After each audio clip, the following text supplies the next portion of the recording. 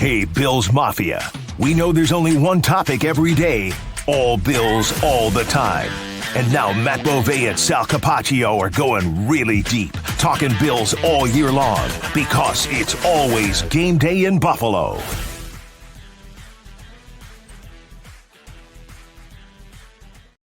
right, if you haven't heard the sigh of relief, I'll give it to you now.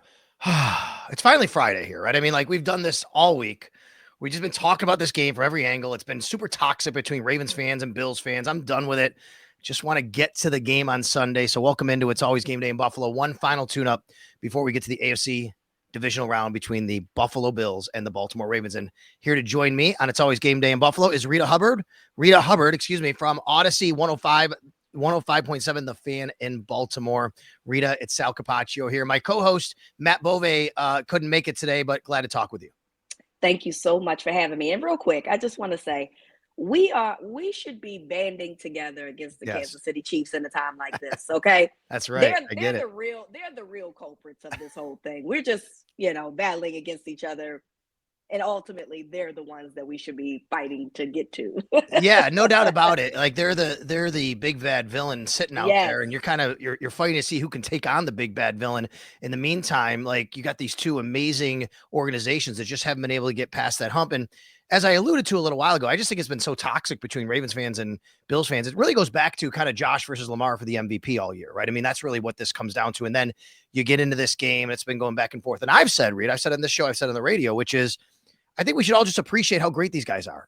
Like, it's almost like a smear political campaign to tear down the other person when, man, we should really, football. You've watched football a long time. How blessed are we to be able to watch these two unbelievable guys go at it on a week in, week out basis for their teams, and now being able to play each other in the playoffs? I think this is huge. I mean, it just reminds me of the times where we were watching Manning versus Brady over the years.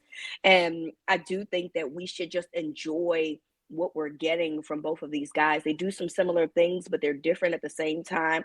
And what they bring to the organizations that they play for is commendable. And I'm really excited just about this game because for a lot of reasons, yes, there's the MVP conversation, but for many, this is like their Super Bowl, right? Yeah, this is a highly anticipated game. I would not be surprised if it breaks the numbers in terms of viewership, just because people just want to see who's going to be the one that's victorious at the end, because both of them are great quarterbacks.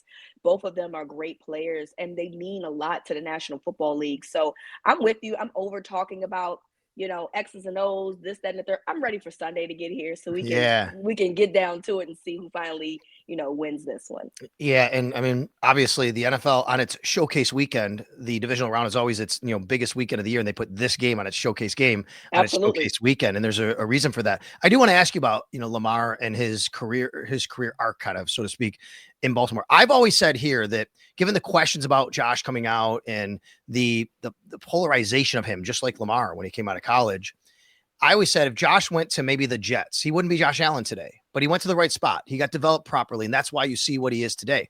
Do you feel the same about Lamar? He went to the right organization with the right people to be able to develop and harness his skill set to be where he is today? 100%. And I want to just say, like, I watched both of them in college. I'm a big college football fan. Mm-hmm. So I had the opportunity of watching both of them play. I've been a Lamar Jackson fan literally since day one. Mm-hmm. I can remember his first game, but I also watched Josh Allen. And as erratic and crazy as I thought that he was, he had an arm that you could not deny.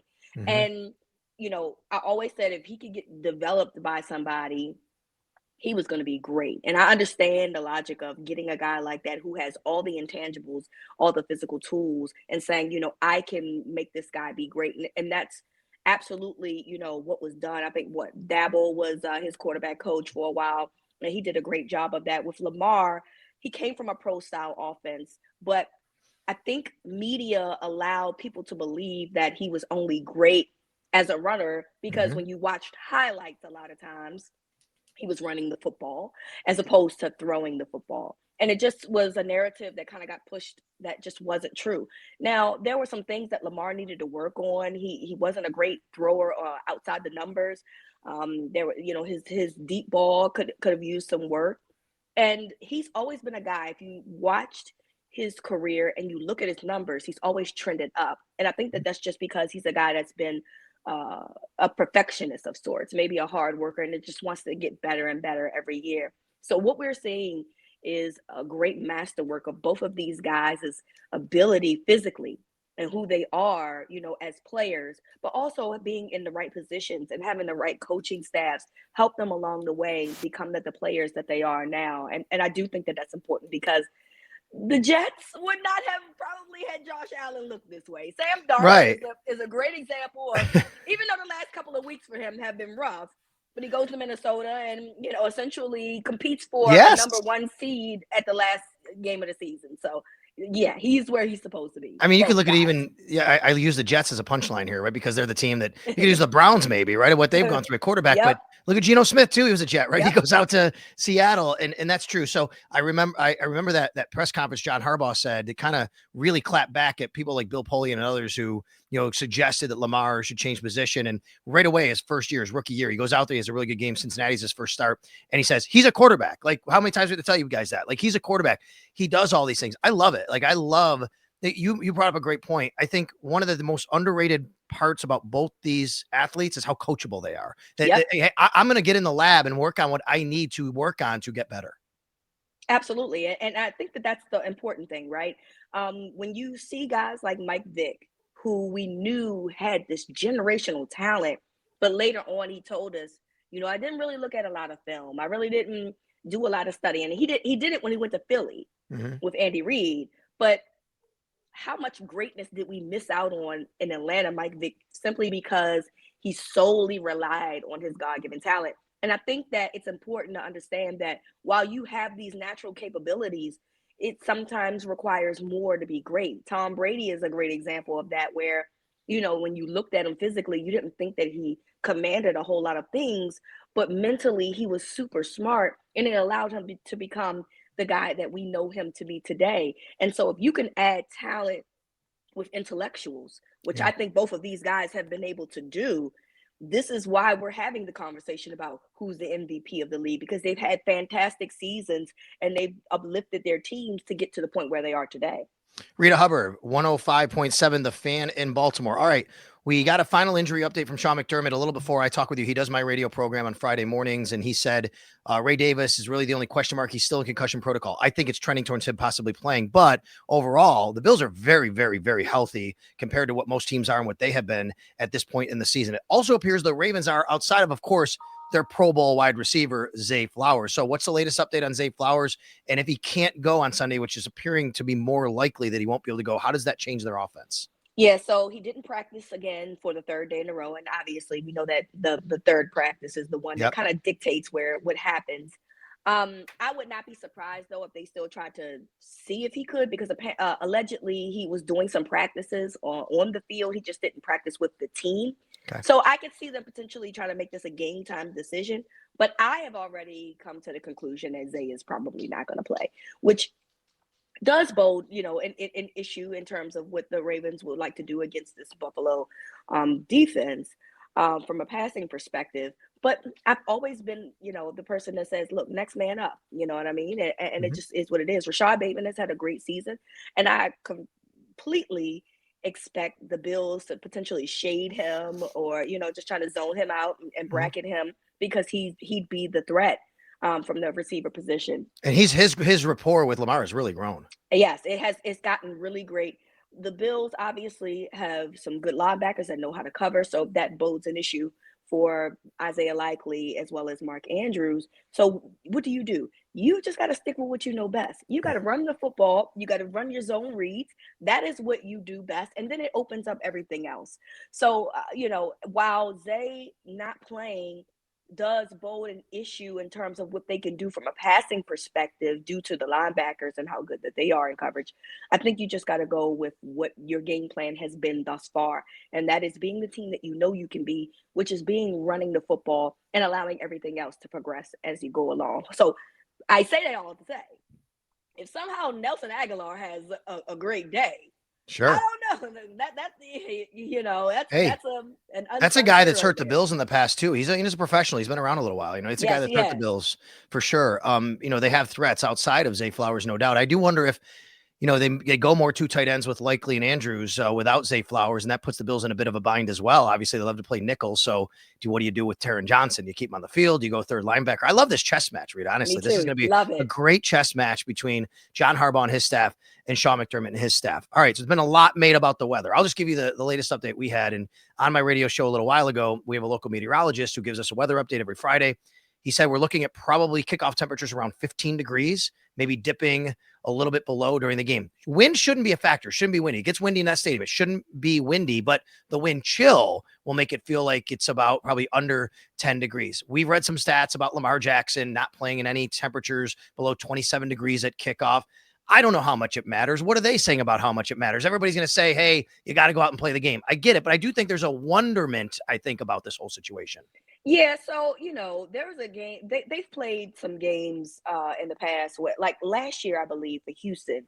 I don't know. It was cold. I'm telling you, as a person that was there, I brought my fur coat out. That's how cold it was. It was. I love it. It was cold. I won't bring my fur coat out on the sidelines, although that'd be pretty cool if I could. I had to bring my fur coat out. I'm sorry. I couldn't do it. It was absolutely cold. To my knowledge, they've been trying to practice outside so they can prepare. I do think that for teams that play inside, I absolutely think that playing outside is something that goes to the team that plays outside, right? Like, so anybody that plays the dome team, I expect them to struggle when they play in these types of conditions. It's interesting because Lamar, if you ever watch him, anything like over anything 50 degrees and under, which you wouldn't consider to be like super cold, he's always got that jacket on. He looks cold. He always looks cold, no matter what, right? Always cold. So I expect him to just always be cold. That being said, I do think that playing outside and being in the elements, and because Baltimore gets cold too in the winter. Sure. Obviously it's not Buffalo because we're not near the lake, but it's still a situation where we're getting winter. We had snow. We just had some more snow last night. So you're getting acclimated with the weather. And so while obviously you guys are in your home stadium, and I think that that's more of the advantage here, being at home, I don't think that the weather is going to be that much of a factor, just for the fact of, we live in a city that also has all four seasons, and right now we're dealing with like chilling cold temperatures. Yeah, and we'll see about the field conditions too. I mean, it's not a heated field, so it does get a bit slippery, and when it's a little bit, colder like that. I do know the Ravens wanted to practice outside, but their field was frozen, just like the Bills. The Bills practice field is frozen. I've been telling people all week. People say, "Why don't they practice outside?" I'm like, well, I don't know of any NFL team that has a heated practice field. That's why you build an indoor facility, so you can go indoors. So they've both been dealing with that. Last question for you before I let you go. I have such a healthy respect for the organization, the Ravens, what they've done. They're so consistent every year. And John Harbaugh, one of the longest tenured, maybe the longest now tenured coach in the NFL. He does have a Super Bowl ring, but we're a little far removed from there. If we all know that there's going to be people slinging arrows to Lamar Jackson because of playoff performances in the past. But let me ask you about John Harbaugh. If things don't go well for the Ravens, if they lose, what is the talk around John Harbaugh in Baltimore, if that's the case? So I believe next year is the last year of his contract. Okay. And while I don't think he would be fired, what I would think is he'd probably get that last year. Now I know that people are like, oh, I don't think that Harbaugh has ever coached as a lame duck, but I think that the goal has always been to potentially move him to the front office. I just think that Harbaugh is not a guy that you just fire. You know what I mean? Right, he has a long tenure with the team. There's a lot of success. There's a lot like Mike Tomlin in here, right? Yes. He came 1 year after Mike Tomlin. That's right. So he's had some success. I just don't think that you just say, oh, we're done with him, we need to move forward. I think at some capacity, he'll still be a Raven. I do think that the question bodes, do you let him be a lame duck if he doesn't, get a Super Bowl this year, and see if he could try to get one next year? And then if not, just potentially, move him to the front office and find someone else. So it will be a compelling offseason, whether he, goes to New Orleans or whether he doesn't. It will be compelling to see what happens. But overall, I don't think he will ever not be a Raven unless he chooses to not be a Raven. Do you think the Texans have any chance to beat the Chiefs at all? No, sorry. Tank Dell being out, I know it hurts bad. And yes, they played well against the Chargers, but look, we watched enough football to know the Chargers are going to charge her. That's just what they are. That's what they're going to do. Shout out to Jim Harbaugh for getting them to that point. But ultimately that's just who they are as an organization, right? They play better defensively, and I'd be interested. I just don't know how they can move the ball on Kansas City without those outside weapons. Nico Collins can't be your only outside threat. And their offensive line just is not good enough to really compete. I agree. Oh, that's another with Kansas thing. City. Chris Jones, you got Chris Jones on the other side. I just don't see how. And look, we could say that last week, right? They had Khalil Mack, they got, Joey Bosa and all those guys. So it's possible. Sure. No, I'm sorry. I said all that to say no. The answer, I don't think that they're going to win. Well, if that's the case, then the winner of this game would move on to Kansas City. But could you imagine if the Texans do it, and before kickoff, we know the winner of this game would host the AFC Championship game? Yes. It would be unbelievable here in Orchard Park. And I know you're right there in Baltimore. You're in kind of the Metroplex with Philadelphia and Washington, and all those teams are playing this weekend. What's the vibe around the Commanders going to Detroit, and how about the Eagles hosting the Rams? So Baltimore is we're a very interesting city. We do not like DC. DC does not like us. We do not care about the Commanders at all.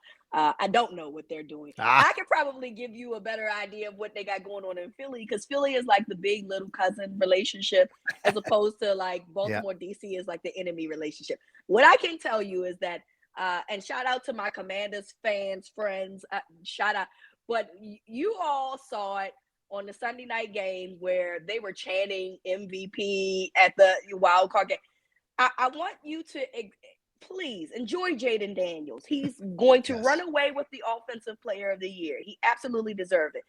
But a fan base that has really gone through a struggle when they start chanting MVP chants, and that baby is not in the conversation. Okay, no. It is down to 2 rookie of the year, though, for sure. He is going to win rookie of the year. He is not the MVP, even though we know that he is the big part of them getting into the playoffs, and kudos to him for that. He didn't even win his division, guys. I want us to be realistic here.